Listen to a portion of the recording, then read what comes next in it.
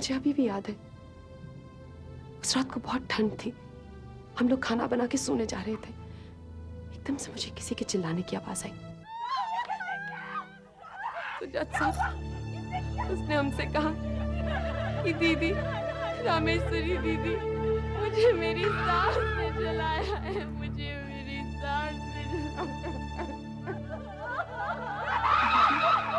इससे पहले कि राधा कुछ बोलती, इस लक्ष्मण ने उसके मुंह पर हाथ रख दिया। कहने लगा, किसी का नाम मत लेना। वो बेचारी चिल्ला चिल्ला कर किसी का नाम लेना चाह रही थी जज साहब। वो रो रही थी, वो कहना चाह रही थी कि इन लोगों ने ये सब किया है उसको।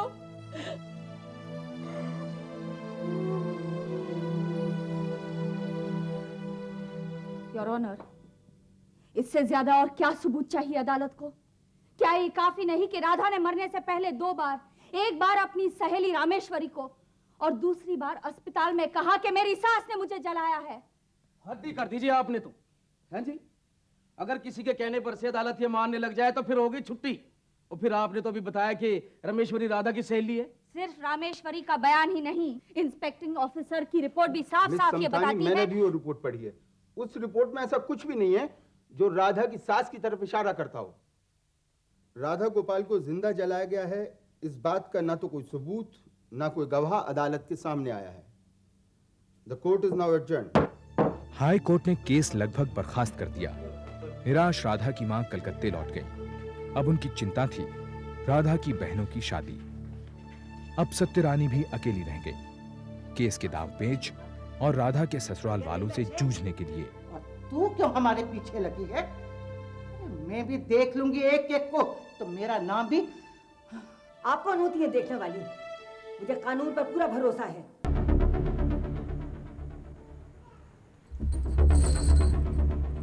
हे भगवान, मेरे होने वाले बच्चे की रक्षा करना। मैं तुझसे सिर्फ यही प्रार्थना करती हूँ।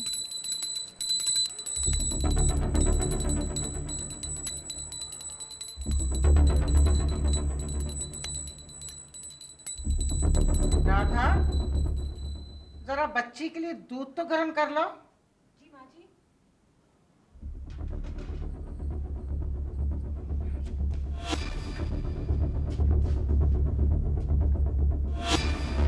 क्या माँ जी देख नहीं रही चूल्हे पर खाना पक रहा है? जाओ, बाहर नया स्टोव रखा है, उसको जलाओ और गर्म करो। जाओ जल्दी से।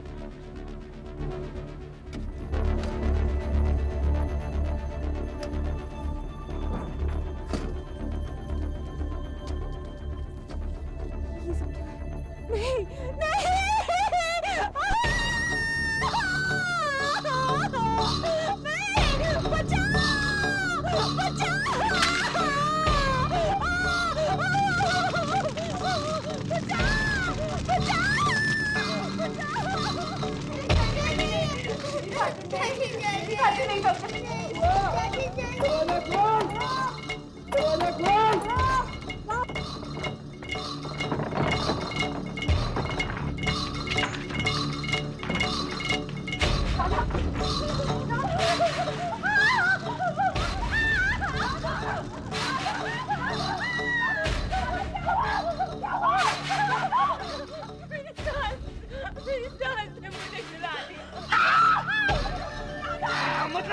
किसी ने नहीं जलाया तुझे।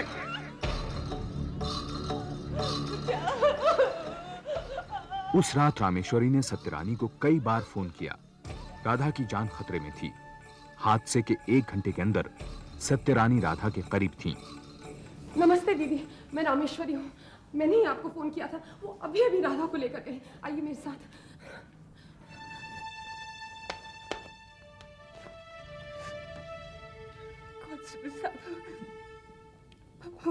लोगों ने मुझे जलाने की कोशिश की।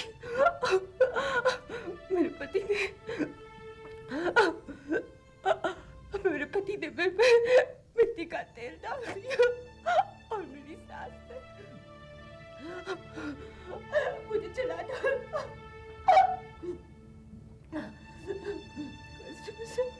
मेरी माँ को बुला दो, मेरी माँ को कलकत्ता से बुला दो। मैं माँ को बुला दो। डॉक्टर कैसी है वो? उसकी तबीयत वो राधा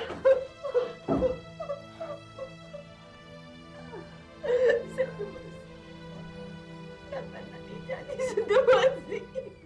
मैं मरना नहीं चाहती सिद्धूमौसी। मुझे बचा मेरे बच्चे को बचा लो सिद्धूमौसी।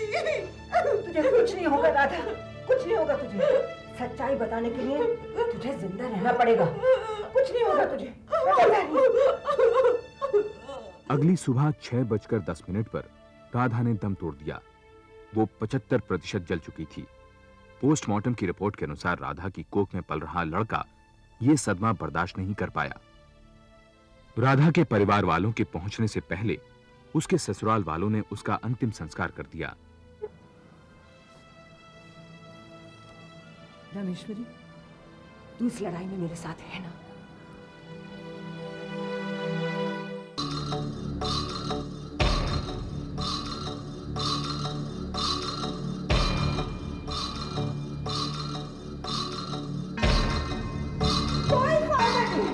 कोई फायदा नहीं है। इतने बड़ी बड़ी अदालतें, इतने बड़े बड़े वकील, लेकिन कोई फायदा नहीं। ये आप देख रही हैं, राधा गोपाल के पेट में 9 महीने का बच्चा पल रहा था जब उसे मार डाला गया। मैं इसको जानती थी, ये मेरी बेटी पीना की सहेली थी। सत्यरानी राधा गोपाल के केस को लेकर नामी वकील और विमेन एक्टिविस्ट रीना समतानी के पास गई। पिछले 2 साल से सत्यरानी की बेटी का केस लड़ रही रीना समतानी राधा का केस लड़ने को तैयार हो गईं। सत्यरानी की असली परेशानी थी राधा की मां, जो केस लड़ने से घबरा रही थी। सहमी हुई, सुबकती हुई औरत जो अपने आंसू बटोर रही है, बेचारी तो ये भी सोचने से घबराती है कि उसकी बेटी का खून हुआ है। आप मुझसे क्या चाहते हैं?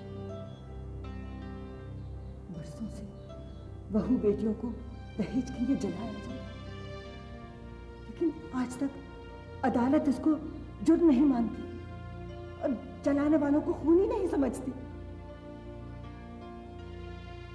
अगर आपको बीना का केस लड़ना है तो पहले आपको राधा की जलती हुई आत्मा को इंसाफ दिलाना होगा। आपको राधा का केस लड़ना होगा।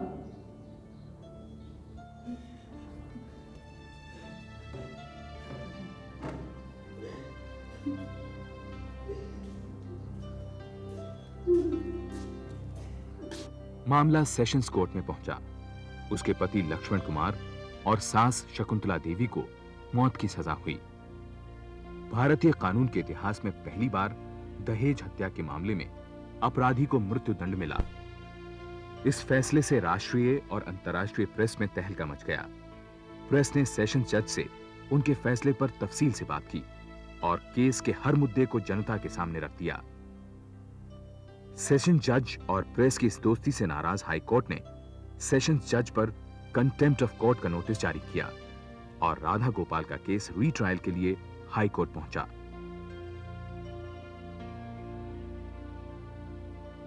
आपकी बेटी को मारने वालों के खिलाफ कोई सबूत है जी आपके पास?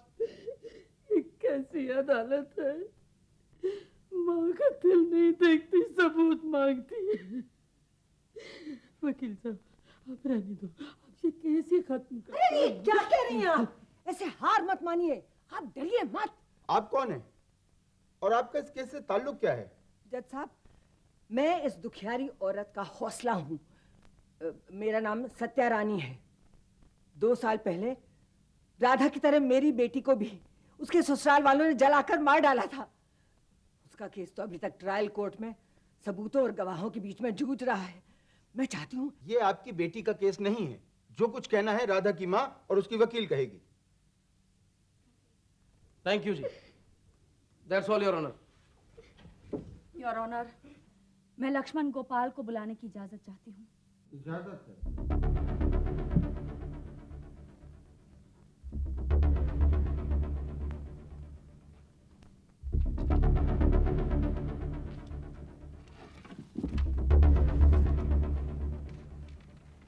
मिस्टर लक्ष्मण गोपाल, जिस रात आपकी पत्नी जल रही थी आप कहाँ थे?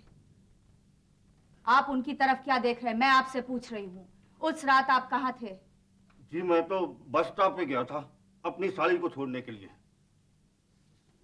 एक गवाह भी है, एक टैक्सी वाला, मैंने उससे माचिस मांगी थी। माचिस?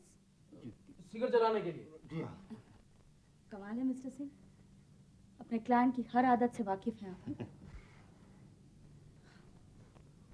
फिर क्या हुआ? फिर जी मैं जब अपनी साली को छोड़ के आया तो घर आते हुए मैंने दरवाजा बंद कर दिया। मुझे क्या मालूम था कि अंदर राधा चल रही है। जज साहब, मैं तो अपनी बीवी को बहुत प्यार करता था जी, कसम से। मैं क्यों उसे जलाता? मिस्टर गोपाल, मुझे लगता है आपको ठीक से सुनाई नहीं देता। शायद आपके पड़ोसियों ने वो चीखें सुनी और आप जो घर के अंदर थे कुछ नहीं सुन सके। मुझे तो ये ठीक नहीं लगता। मिस समधानी, शायद पड़ोसियों के शोर मचाने की वजह से मिस्टर लक्ष्मण अपनी बीवी की आवाज नहीं सुन सके होंगे। मैं राधा गोपाल की सास शकुंतला देवी से पूछताछ करना चाहूंगी, योर ऑनर।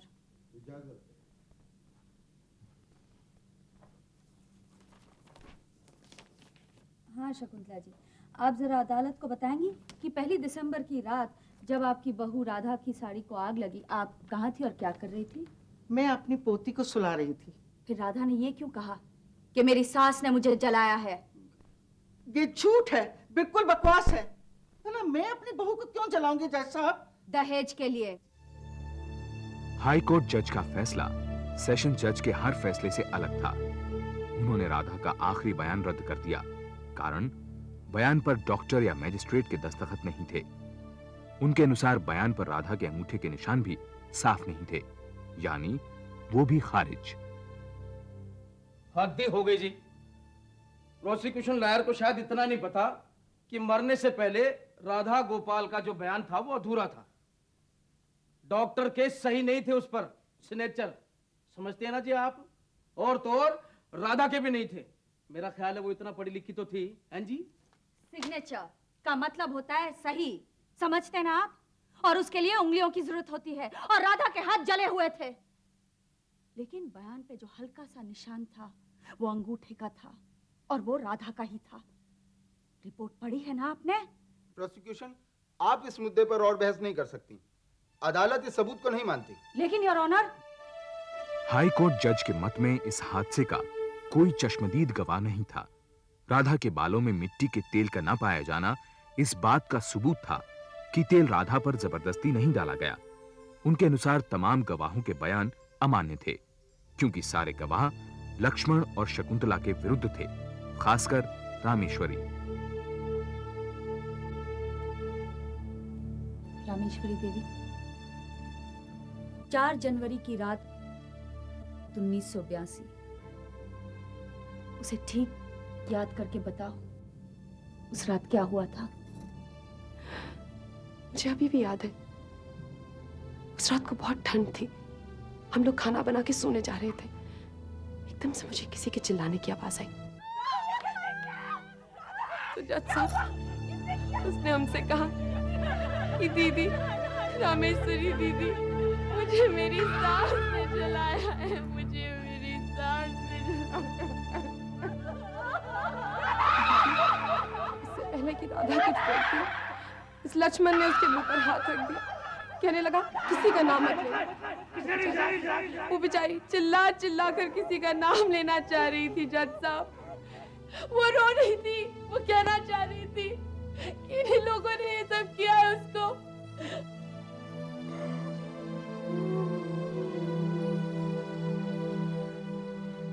योर ऑनर, इससे ज्यादा और क्या सबूत चाहिए अदालत को? क्या ये काफी नहीं कि राधा ने मरने से पहले 2 बार, एक बार अपनी सहेली रामेश्वरी को और दूसरी बार अस्पताल में कहा कि मेरी सास ने मुझे जलाया है? हद ही कर दीजिए आपने तो, हैं जी। अगर किसी के कहने पर से अदालत ये मानने लग जाए तो फिर होगी छुट्टी। और फिर आपने तो अभी बताया कि रामेश्वरी राधा की सहेली है। सिर्फ रामेश्वरी का बयान ही नहीं, इंस्पेक्टिंग ऑफिसर की रिपोर्ट भी साफ मिस साफ ये समतानी, बताती मैंने है। भी वो रिपोर्ट पढ़ी है। उस रिपोर्ट में ऐसा कुछ भी नहीं है जो राधा की सास की तरफ इशारा करता हो। राधा गोपाल को जिंदा जलाया गया है, इस बात का ना तो कोई सबूत ना कोई गवाह अदालत के सामने आया है। The court is now adjourned. High court ने केस लगभग बर्खास्त कर दिया। निराश राधा की मां कलकत्ते लौट गई। अब उनकी चिंता थी राधा की बहनों की शादी। अब सत्यरानी भी अकेली रह गई, केस के दांव पेच और राधा के ससुराल वालों से जूझने के लिए। और तू क्यों हमारे पीछे लगी है? मैं भी देख लूंगी एक एक को, तो मेरा नाम भी। आप कौन होती है देखने वाली? मुझे कानून पर पूरा भरोसा है। हमारे फैसले का आधार होता है सबूत। जो सच है वही कानून मानता है, और अदालत के सामने जो कुछ पेश किया गया है उससे साफ जाहिर होता है कि लक्ष्मण गोपाल और शकुंतला देवी निर्दोष हैं। लिहाजा ये अदालत इन दोनों को बाइज्जत बरी करती है। इस फैसले के खिलाफ सत्यरानी ने हाईकोर्ट के अहाते में अपनी आवाज उठाई।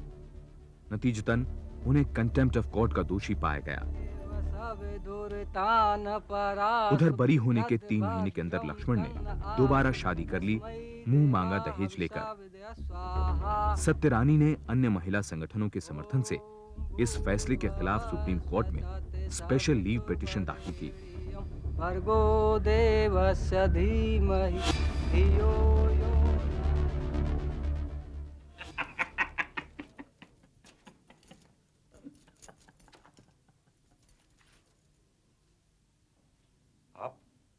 राधा के खून से निर्मला को रंग रहे हो लक्ष्मण, इसके खून से किसको रंगोगे? निर्मला, तू अंदर जा।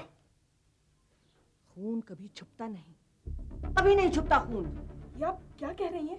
सुना नहीं तूने? तू अंदर जा, जा अंदर। देखिए, मैं आपको बहुत इलाज कर रहा हूँ, मैं आपको बता रहा हूँ। राधा तुझे छोड़ेगी नहीं, नहीं छोड़ेगी तुझे। वो किसी ना किसी रूप में जरूर आएगी।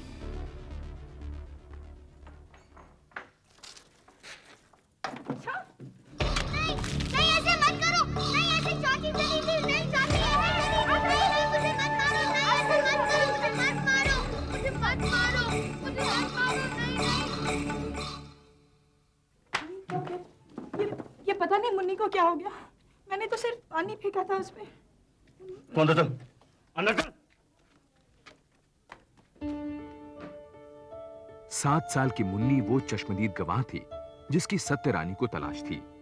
मुन्नी ने सत्यरानी को बताया कि जिस दिन राधा जलाई गई उसी दिन घर में एक नया स्टोव और मिट्टी के तेल से भरा 16 लीटर का जेरिकन खरीद कर लाया गया।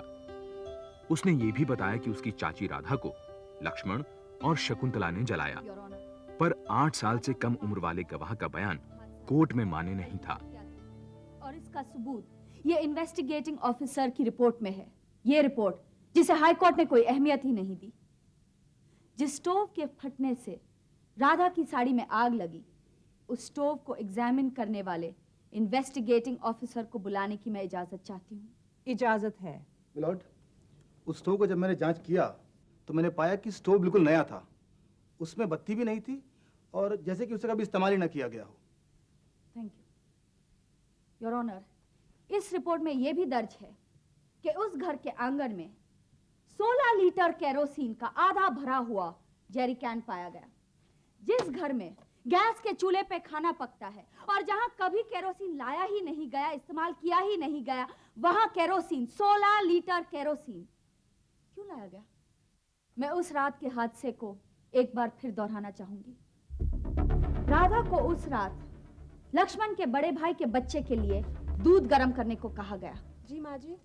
राधा से कहा गया कि वो स्टोव इस्तेमाल करे, पर क्योंकि स्टोव में बत्ती थी ही नहीं, उसके ससुराल वालों को अपने सारे प्लान पर पानी फिरता नजर आया। उनका गुस्सा भड़क गया। उन्होंने राधा को आंगन में बुलाया और आंगन में ही उस पर केरोसिन डाला गया और उसे जलाया गया।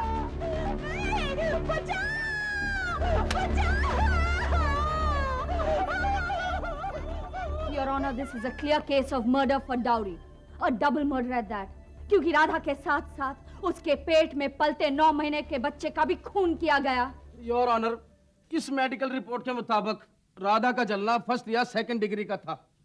अगर उसके ऊपर कास्लेट डाला जाता, जिसे आप केरोसिन बोल रहे हैं ना जी, वो, तो उसकी हालत बहुत ज्यादा खराब होती। यदि आपको याद ना हो तो मैं बता दूं कि इसके मुताबिक उसके बाल और उसका चेहरा नहीं जला था। यदि मेरे मुवक्किल उसे जलाना चाहते तो उसके सिर पर कास्लेट नहीं डालते क्या? योर ऑनर, राधा के कपड़ों, यहाँ तक कि उस पर डाली गई बोरी से काफी केरोसिन पाया गया। कोई भी स्टोव लीक होने से या फटने से इतना केरोसिन नहीं फेंकता। मुझे लगता है राधा के बालों में केरोसिन न मिलने की बात को हाई कोर्ट ने जरूरत से ज्यादा अहमियत दी है।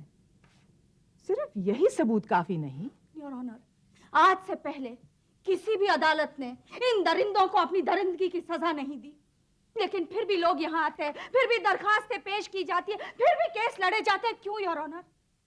That's all your honour.